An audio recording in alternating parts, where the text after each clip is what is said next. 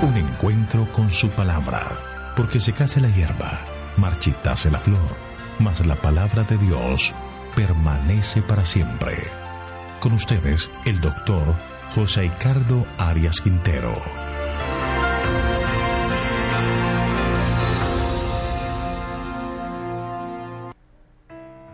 Hoy vamos a estudiar 2 de Samuel, capítulo 7.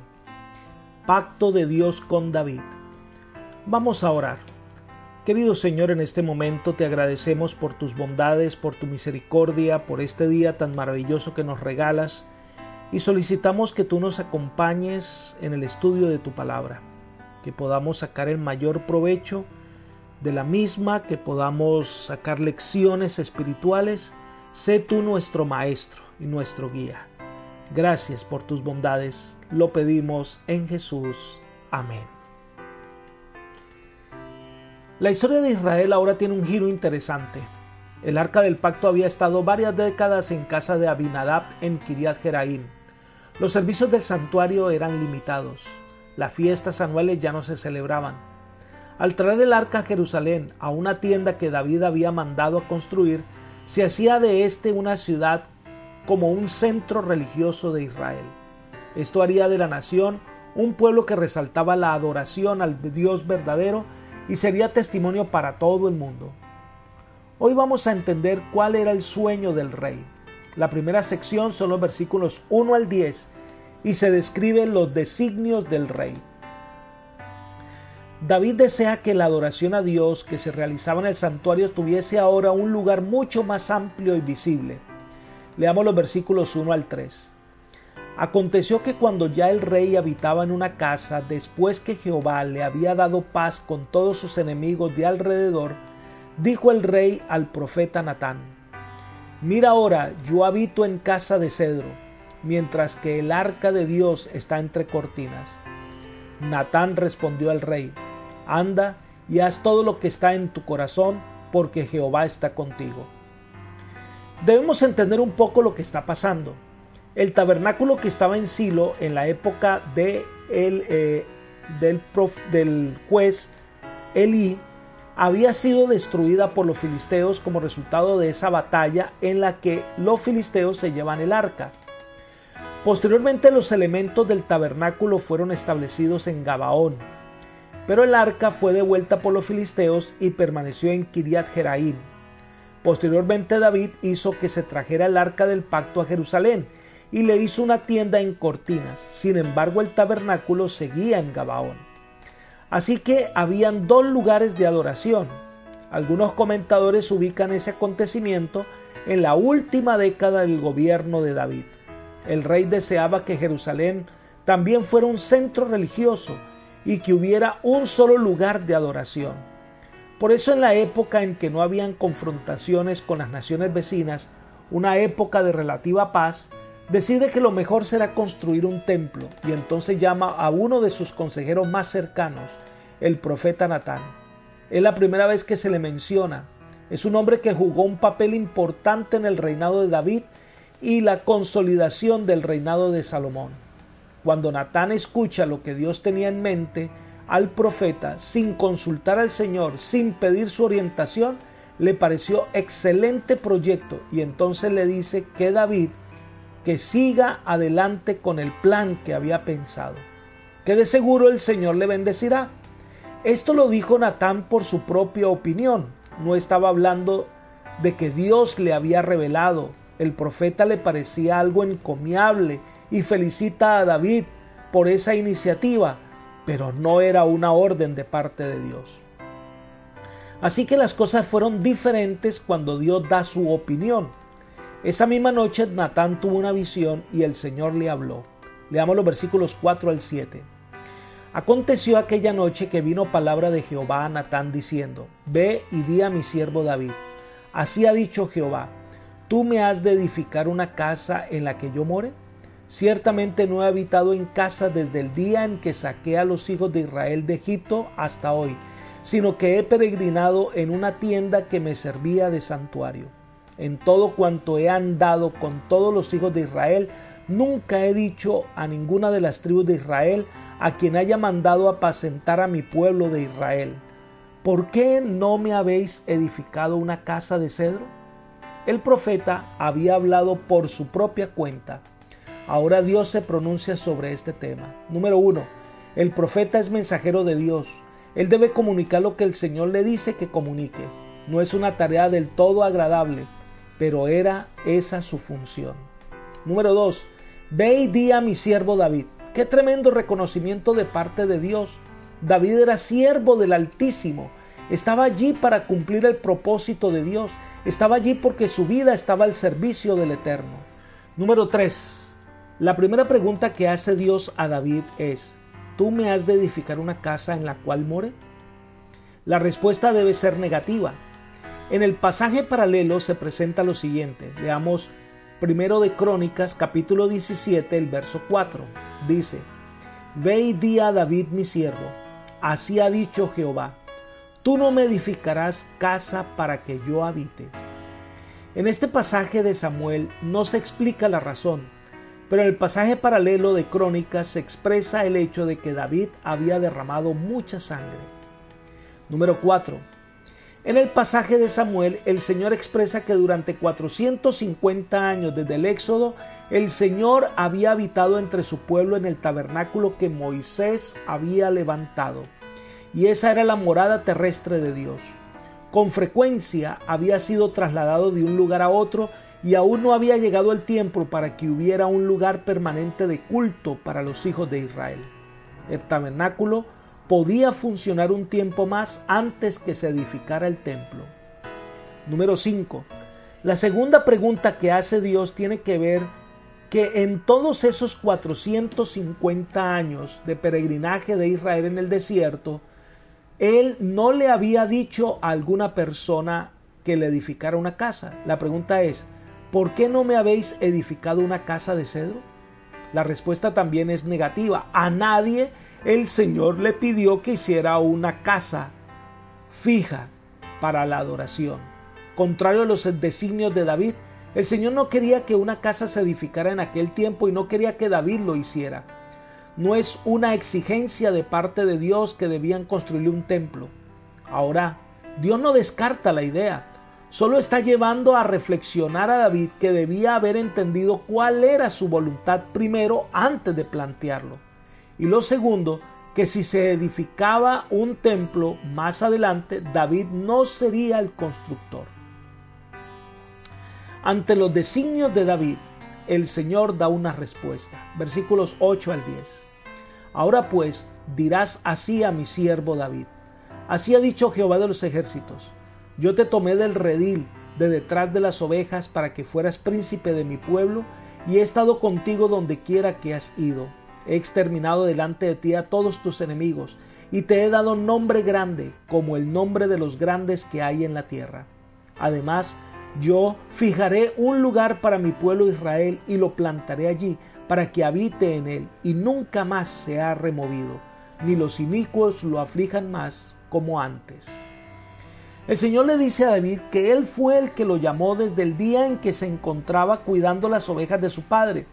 Dios lo escogió para que fuera el rey de Israel y le recuerda a David que todo lo que tiene, todo lo que es, su gran reconocimiento de parte de todos los hombres, Él se lo ha dado. Dios es el que lo hizo a él y hará en Israel lo que Él desea. Él determinará el fin de la vida agitada de Israel. Él es quien les dará la paz destruyendo a todos los que le afligían. Y aunque por un tiempo fueron dominados por los enemigos, puesto que las promesas de Dios son condicionales, sin embargo los planes de Dios son diferentes a los planes de los hombres. Entonces, en los versículos siguientes se describen los designios de Dios, versículos 11 al 16. Leamos.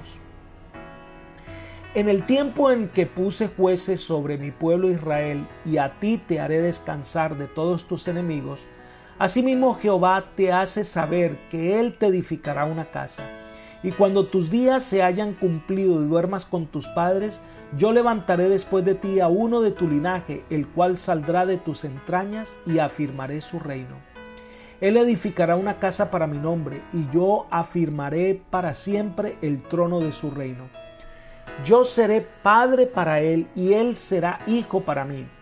Se hace mal, yo lo castigaré con varas de hombres, con azotes de hijos de hombres, pero no apartaré mi misericordia de él como la aparté de Saúl, a quien quité delante de ti. Tu casa y tu reino permanecerán siempre delante de tu rostro, y tu trono será estable eternamente.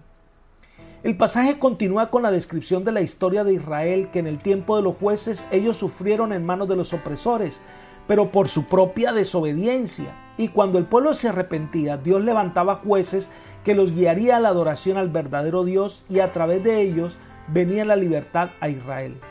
Recordemos siempre que las promesas que Dios nos da son condicionales. Va a depender de la respuesta que se dé al compromiso que hagamos con Dios. Entonces vienen las promesas divinas, que son parte de un pacto que hace Dios con David. Número 1, que le dará paz, es decir, tendrá luchas, batallas que enfrentar, pero llegará el momento en que la nación tendrá un tiempo de paz. Número 2, Jehová te hace saber que Él te edificará una casa. Lo que quiere decir es que Dios establecerá la familia de David, asegurando la sucesión de su posteridad en el trono. La familia de David serán los reyes que tendrá Israel, y por supuesto dentro de estas promesas está la promesa del Mesías Rey. Él va a venir de la descendencia de David. Número 3. Y cuando tus días se hayan cumplido y duermas con tus padres, yo levantaré después de ti a uno de tu linaje, el cual saldrá de tus entrañas, y afirmaré su reino. Estas palabras son muy abarcantes. No solo revelan que Dios levantará un descendiente de David, que en este caso sería Salomón, sino que también es una persona mesiánica, es una profecía que habla del Mesías. Será alguien que afirmará el trono de David para siempre. Número 4, el texto dice: Él edificará una casa para mi nombre, y yo afirmaré para siempre el trono de su reino. Lo primero que se destaca es que David no será el encargado de construir el templo. No es en la época de David cuando se llevará a efecto la tarea tan encomiable como construir un lugar de adoración, sino que un hijo de él será quien edifique el templo. Y entonces viene una promesa que es doble, porque en primer lugar revela la intención de Israel como nación, que permanecerá como su pueblo para siempre y que se extenderá, ¿verdad?, por medio de la salvación a todo el mundo. Elena de White declara: si Israel hubiese permanecido fiel a Dios, aquel edificio glorioso habría perdurado para siempre como señal perpetua del favor especial de Dios hacia su pueblo escogido. Libro Profetas y Reyes, página 31. Lamentablemente, lo que Dios no pudo realizar con Israel debido a su apostasía, Dios lo logrará por medio de su iglesia. Mire lo que sigue diciendo Elena de White en este otro pasaje. Lo que Dios quiso hacer en favor del mundo por Israel, la nación escogida, lo realizará finalmente mediante su iglesia que está en la tierra hoy. Ya dio su viña a renta a otros labradores, a saber, a su pueblo, guardador del pacto, que le dará fielmente el fruto a sus tiempos. Nunca ha carecido el Señor en esta tierra de representantes fieles que consideraron como suyo los intereses de Él. Estos testigos de Dios se encuentran entre el Israel espiritual, y se cumplirán en su favor todas las promesas del pacto que hizo Jehová con su pueblo en la antigüedad. Libro Profetas y Reyes, página 526 y 527. Por otra parte, esta promesa de afirmar el trono de David para siempre se convierte en una profecía mesiánica, porque es por medio de Jesús, el Rey de Reyes y Señor de Señores, que el trono del pueblo de Dios se afirmará para la eternidad. Número 5. Este descendiente de David será su hijo y Dios será su padre. Una relación estrecha. Los que siguieron a David en el trono de Israel habían de reinar en el nombre del Señor como hijos de Dios y representantes del cielo. Cuando los descendientes literales fracasaron en su cometido, las promesas se cumplieron en el Mesías. Número 6. El texto dice: si hace mal, yo lo castigaré con vara de hombres y con azotes de hijos de hombres. Los castigos de Dios son actos de amor. Envía sus juicios para que sus hijos vuelvan en sí y regresen a la senda de justicia. Un padre sabio y amante castigará al hijo que ama. Ahora, con frecuencia Dios emplea a los hombres para castigar a otros hombres. A menudo sus castigos caen sobre las naciones por medio de otras naciones. Número 7. Sin embargo, la promesa divina se destaca. Dice: tu casa y tu reino permanecerán siempre delante de tu rostro, y tu trono será estable eternamente. No ocurrirá con la descendencia de David lo que ocurrió con la descendencia de Saúl. Dios representará, castigará a los hijos de David, pero el trono de David se establece para siempre.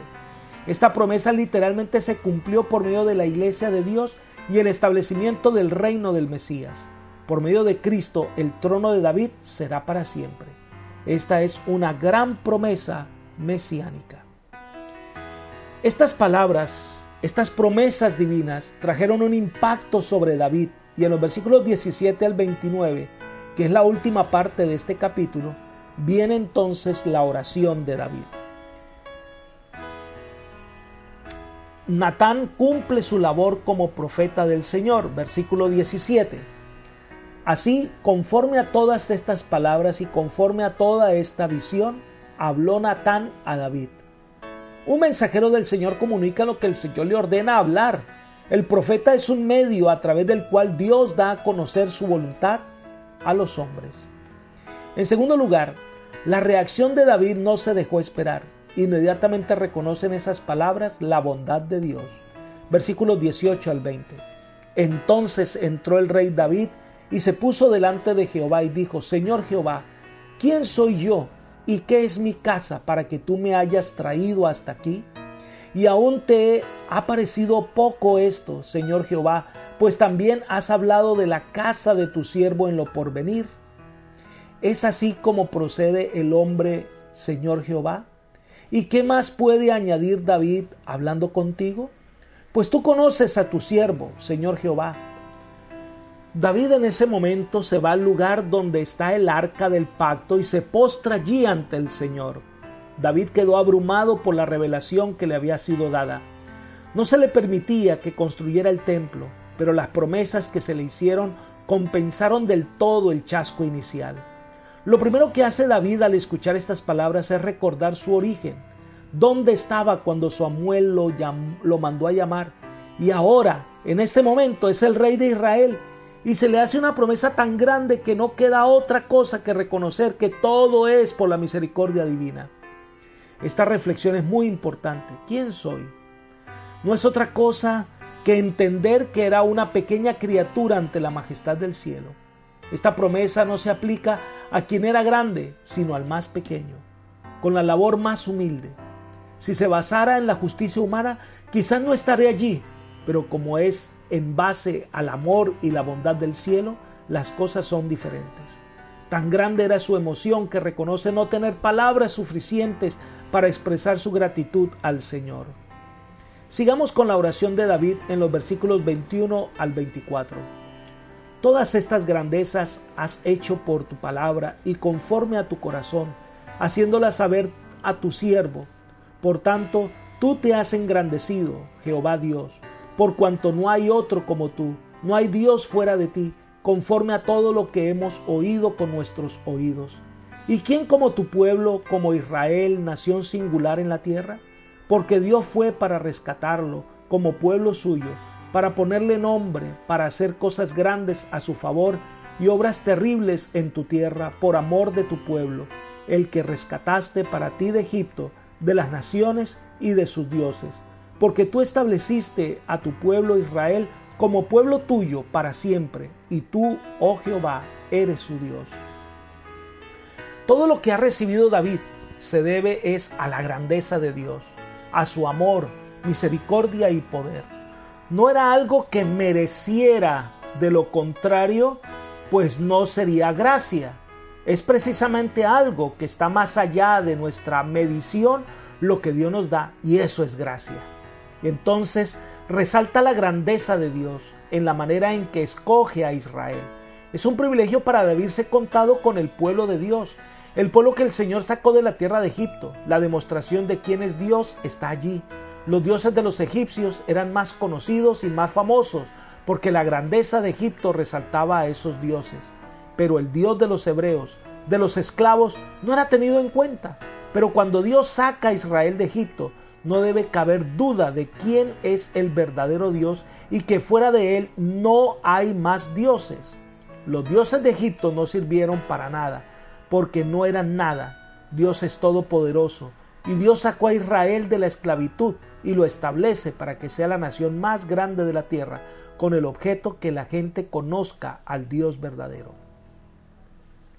Basado en el carácter de Dios y en la revelación que le ha dado Natán, David entonces hace una petición. Versículos 25 al 29.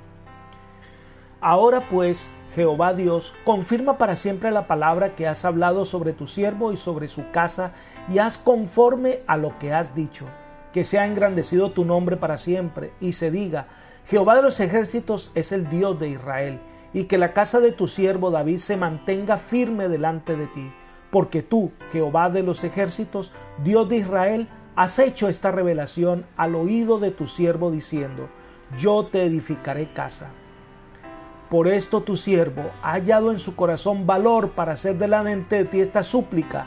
Ahora pues, Jehová Dios, tú eres Dios y tus palabras son verdad, y tú has prometido este bien a tu siervo. Ten ahora bien bendecir la casa de tu siervo, para que permanezca perpetuamente delante de ti, porque tú, Jehová Dios, lo has dicho, y con tu bendición será bendita la casa de tu siervo para siempre. La nota resaltante de la oración de David fue que se ensalzara el nombre de Dios. Los que procuran magnificarse a sí mismos reflejan la actitud de Lucifer, quien deseaba exaltarse a sí mismo en el trono por encima de las estrellas de Dios y se proponía ser semejante al Altísimo. En contraste, el canto de los ángeles que no cayeron es gloria a Dios en las alturas, y la alabanza, la honra, la gloria y el poder al que está sentado en el trono. El secreto de la grandeza de David estaba en su humildad. El que está dispuesto a humillarse como un niñito es el mayor en el reino de los cielos. David tenía confianza en que el Señor cumpliría sus promesas. Tenía fe en que su oración sería contestada. Cuando Dios promete una bendición, no hay poder en el mundo capaz de anularla, a no ser la perversa voluntad humana que rehúse cumplir las condiciones.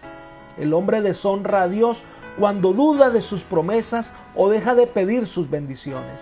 La vida cristiana sería mucho más feliz y la esperanza sería más brillante si todos tuvieran más confianza en la seguridad de las promesas de Dios. La vida de David fue feliz y fructífera cuando alegremente se entregó a la voluntad de Dios.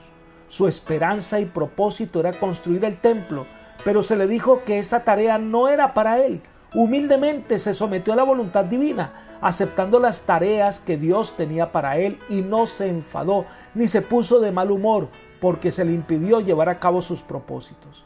Por el contrario, David es un ejemplo de aquel que acepta los planes divinos y se somete humildemente a la voluntad de Dios. Apreciados amigos y hermanos, la salvación y las bendiciones del cielo no se basan en lo que merecemos o en lo que hacemos para ganarnos el favor de Dios, sino que se basan en la misericordia divina. Todas estas bendiciones otorgadas se basan en que Dios es amor y desea lo mejor para nosotros. Por eso, hoy es el día de venir humildemente ante Él para que haga su obra en ti. Dale la oportunidad a Jesús de guiar tu vida, de enderezar la senda, de darte un sentido a la existencia que te ha regalado.